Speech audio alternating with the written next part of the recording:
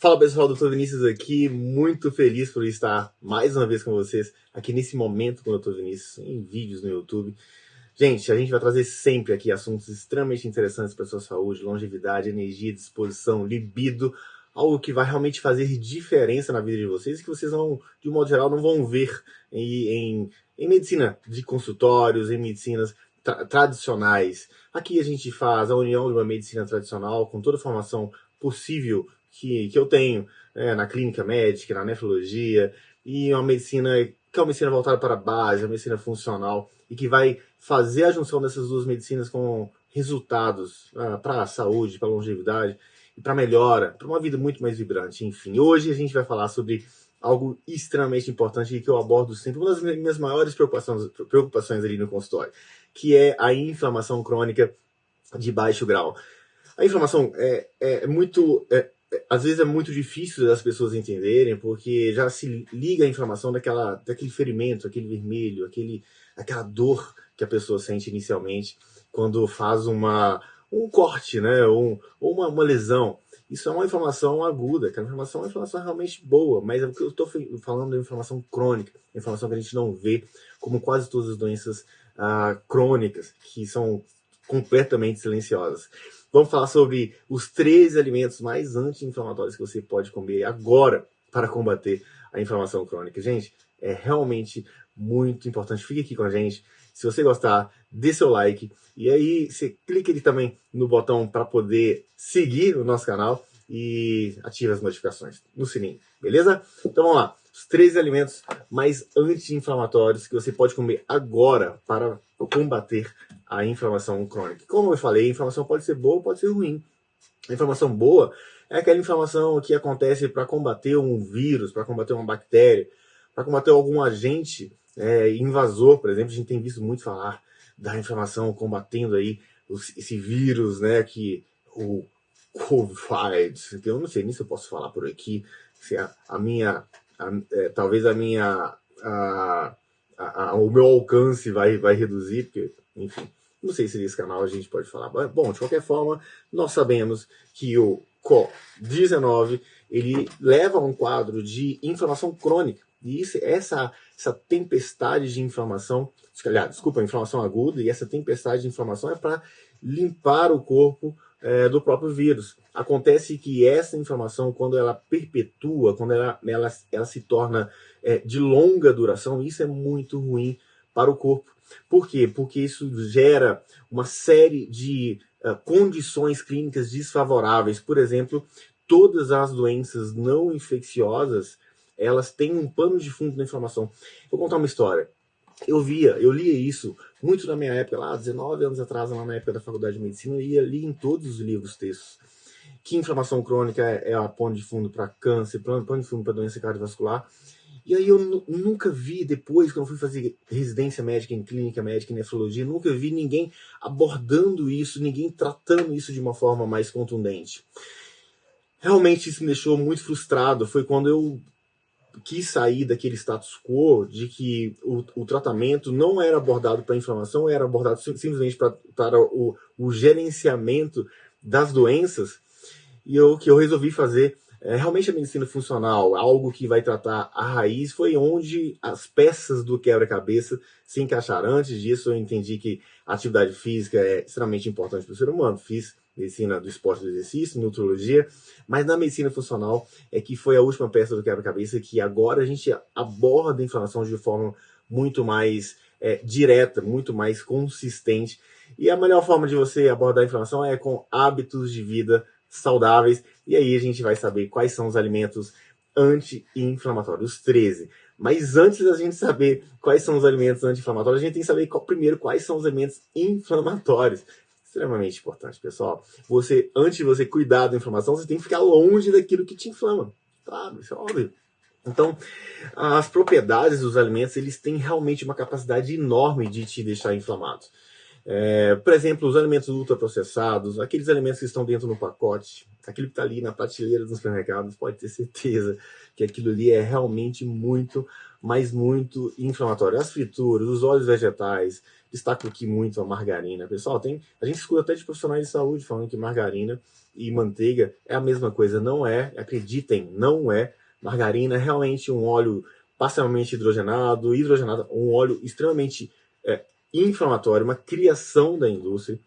Então, os carboidratos refinados, aqui, ó, vamos fazer já um take-home message, assim, uma mensagem para vocês levarem para casa. Trigo, açúcar e óleo vegetal são realmente aquilo que a gente tem que... Trigo, reduzir muito. O óleo vegetal a gente tem que tirar da nossa vida e açúcar também tirar da nossa vida na medida do possível. Lógico, a gente tem que viver, não é uma religião, mas na maior parte do tempo, eu costumo muito falar com meus pacientes, a regra 80-20, 80% a gente faz certíssimo e 20% a gente, eventualmente, a gente sai. Então, esses alimentos como fast food, batata frita, frango no balde, essas coisas são sempre muito inflamatórias. Gente, carne processada, sabe? Não vale a pena a gente lançar mão desses tipos de alimentos. Vamos então para aquilo que interessa? Quais são os alimentos anti-inflamatórios? Número 1, as bagas ou berries, além de ser deliciosas, né? Além de ser muito gostosas. O que são bagas ou berries? São aquelas pequenas frutinhas que têm fibras, que têm vitaminas e minerais, que são os morangos, as amoras, as framboesas, o mirtilo e as frutas ali silvestres. Gente, são deliciosas e contêm substâncias extremamente poderosas para combater a inflamação. Dentre elas, as antocianinas, que elas combatem a inflamação de forma eficaz, de forma direta. É um estudo com 25 adultos que consumiam pó de mirtilo todos os dias. Eles aumentaram a produção das células natural killer. Olha que coisa mais interessante. Ou seja, seu corpo, as células natural killer são as células que lutam diretamente, elas vão capturar aquele invasor, aquele processo inflamatório causado por um invasor.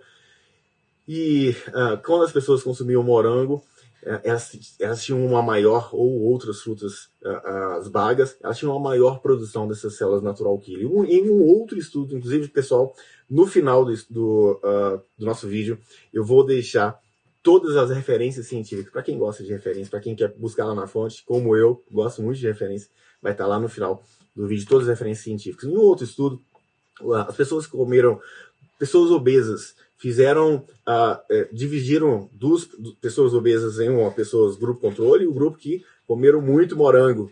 Esse grupo, todas as pessoas obesas, a gente sabe que são muito inflamadas e existem marcadores que estão elevados. Por exemplo, a proteína C reativa, ultrassensível. E essa proteína C reativa ultrassensível reduziu muito nas pessoas que comiam morango. Então, gente, as bagas, o berries, morango, mirtilo, amora, framboesas, essas são excelentes frutas anti-inflamatórias. Número 2 aí a gente tem os peixes gordurosos. Pessoal, os peixes gordurosos são uma excelente fonte de ômega 3.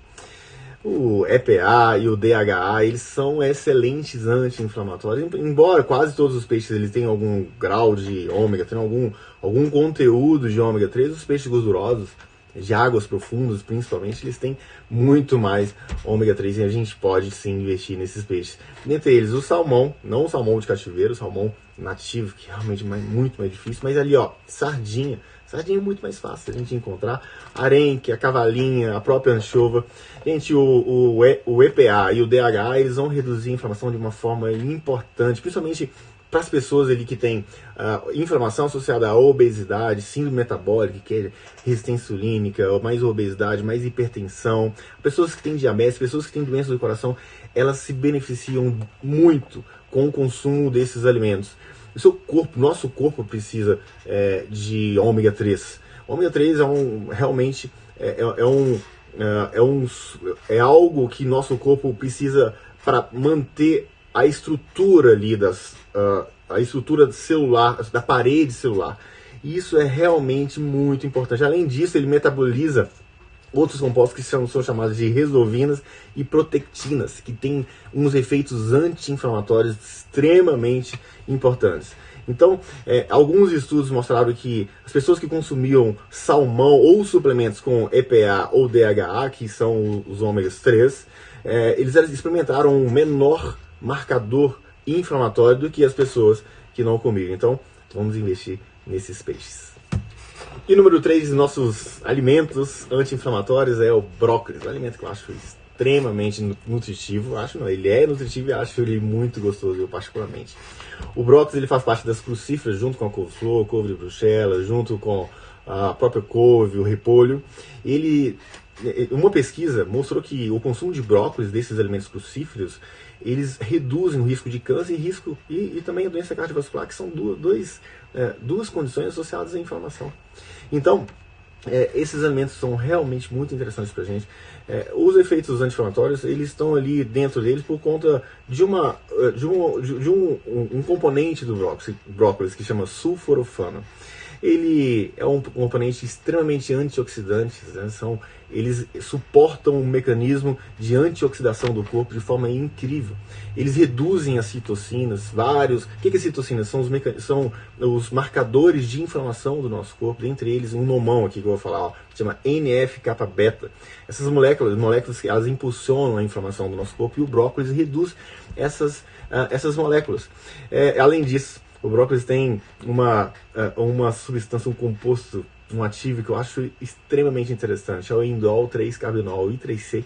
Esse indol 3-carbinol, ele está associado à redução de cânceres, câncer de mama, câncer de estômago, câncer de colo. Então, pessoal, brócolis, um alimento extremamente rico, anti-inflamatório, que a gente pode comer à vontade, além de ser uma delícia. E agora o nosso quarto alimento anti-inflamatório, ele que já foi condenado por todos os nutricionistas, os médicos, tudo mais, por ser extremamente calórico, ele é o abacate, que agora vem aí com sua redenção como um alimento extremamente nutritivo, que inclusive é auxiliar nas nossas dietas, seja para emagrecimento, seja para ter realmente uma vida saudável. O abacate, gente, ele é incrível, ele possui potássio, magnésio, fibras, gorduras monoinsaturadas que são extremamente saudáveis para o coração.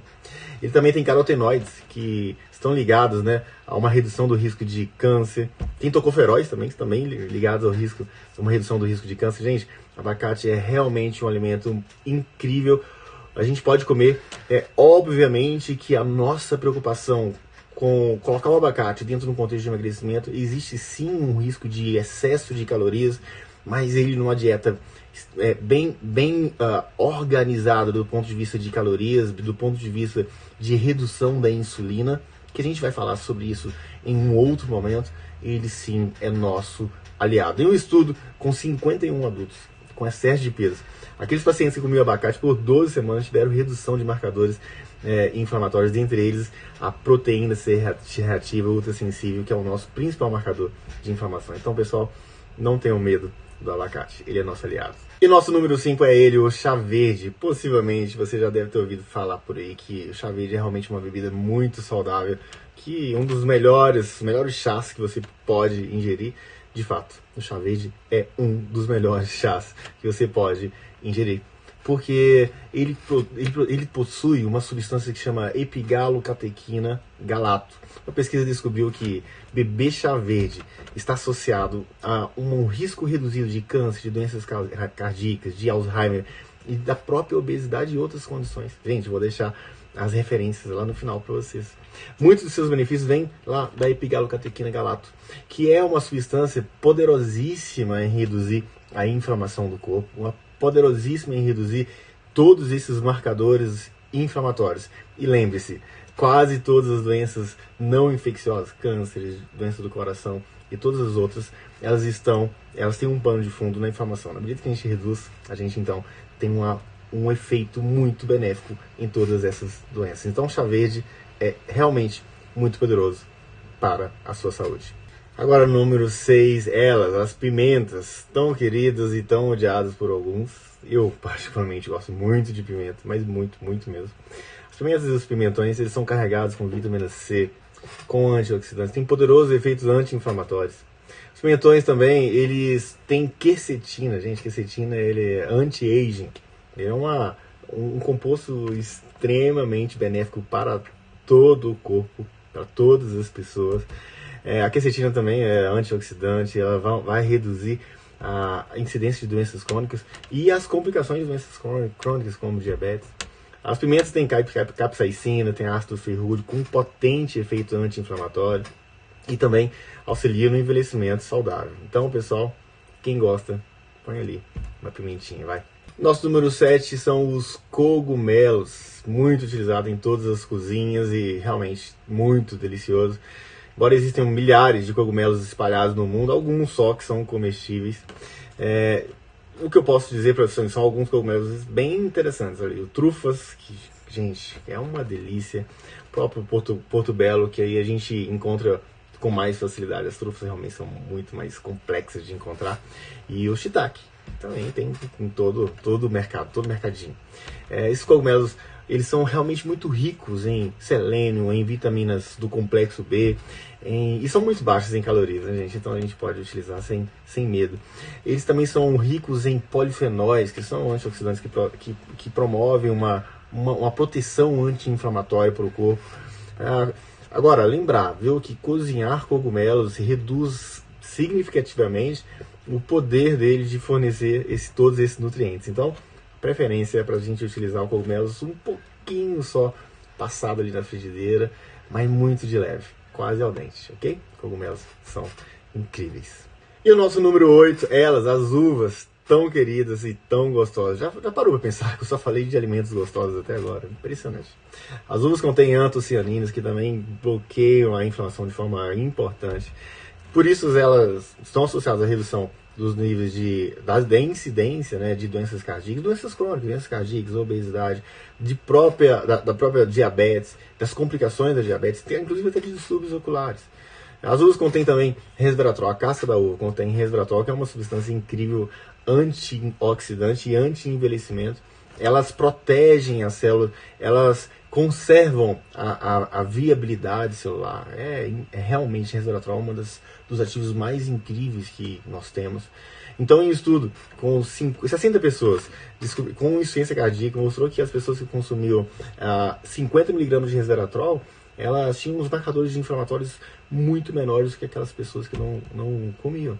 E em 2002, um estudo também mostrando que as pessoas que consumiam extrato de uva tinham aumentado os níveis de adiponectina. E esses níveis de adiponectina, elas estão associadas a uma redução do ganho de peso. Ou seja, isso aí além de ser benéfico para antioxidação, anti-inflamação, aumentando a longevidade, ainda vai te prevenir o ganho de peso. Mas lembrando, bater o suco da uva pode ser não ser tão interessante por conta do excesso de calorias, por conta da falta das fibras associadas. Talvez comer a uva in natura, sim, esse aí a gente sabe que temos os benefícios, de preferência comer a uva com a casca. E no número 9, um dos meus queridinhos, que tem uma potência anti-inflamatória importante e que, diga-se de passagem, é um tempero delicioso, que vem lá da culinária indiana e tudo mais, faz parte lá do curry, é a cúrcuma, ou a cúrcuma longa, né? Recebeu muita atenção porque a curcumina, que é o ativo da cúrcuma, ela possui um poderoso, mas muito poderoso efeito anti-inflamatório. E pesquisas mostram que a cúrcuma, ela reduz a inflamação ligada à artrite, a processos inflamatórios como diabetes, artrite e outras doenças. É um estudo com pessoas com síndrome metabólica que consumiram 1 grama de curcumina, que estava associado ali à piperina, porque lembrando, a cúrcuma é muito difícil uma absorção, a biodisponibilidade. Na medida que a gente associa a cúrcuma com piperina, que é uma pimenta preta, ela aumenta a absorção. Aí essas pessoas, elas experimentaram uma redução significativa da proteína C reativa ultrassensível. Pode ser difícil, mais uma vez, você consumir a cúrcuma por via oral, sabe? Mas é sempre bom ele colocar uma cúrcuma ali como tempero, ou nos ovos, ou ali numa refeição, né? Eu coloco sempre que eu posso, eu coloco uma cúrcuma, mas ela é ingerida. Ora, outra coisa que chama muita atenção, se você colocar ela e esquentar no fogo, ela perde suas propriedades. Você tem que colocar no final da refeição. Então, do preparo da refeição. Então, se você coloca ela ali sempre no final do preparo da refeição, está tentando suplementar, pode ser que mesmo assim você não tenha nível suficiente de cúrcuma, de curcumina, para combater seus processos inflamatórios. Dentro desse contexto, ter um suplemento de cúrcuma, que normalmente vem associado à piperina, pode ser realmente muito mais eficaz para combater processos inflamatórios. Cúrcuma, então, é excelente. combine na comida e faça a suplementação associada. Número 10, o azeite extra virgem. Ele que é realmente um dos meus queridinhos aqui na minha cozinha. Todos os meus alimentos eu preparo com azeite extra virgem. Também muito rico na cozinha mediterrânea. Ele é uma das gorduras mais saudáveis que a gente pode ingerir, e nós devemos ingerir muito azeite extra virgem. Estudos vinculam o azeite extra virgem com risco reduzido de doenças cardíacas, cânceres, doenças cerebrais e outras. A gente sabe que a cozinha mediterrânea ela é rica em azeite extra virgem para nós, hein? É boa. Já estive ali na Grécia, já comi aquelas comidas mediterrâneas incríveis, maravilhosas, extremamente saborosas, muito ricas em azeite. E essa cozinha, a cozinha mediterrânea é tida como uma das cozinhas mais saudáveis que o ser humano pode consumir, inclusive associado aí a aumento da longevidade. E aí fizeram um estudo com a dieta mediterrânea e mostraram que a dieta mediterrânea reduz a proteína C reativa, os marcadores inflamatórios, para as pessoas que consumiam dentro dessa dieta 50 ml de azeite por dia. O efeito do óleo, do oleocanto, né, que é um composto fenólico do azeite, ele foi inclusive comparado ao efeito do ibuprofeno.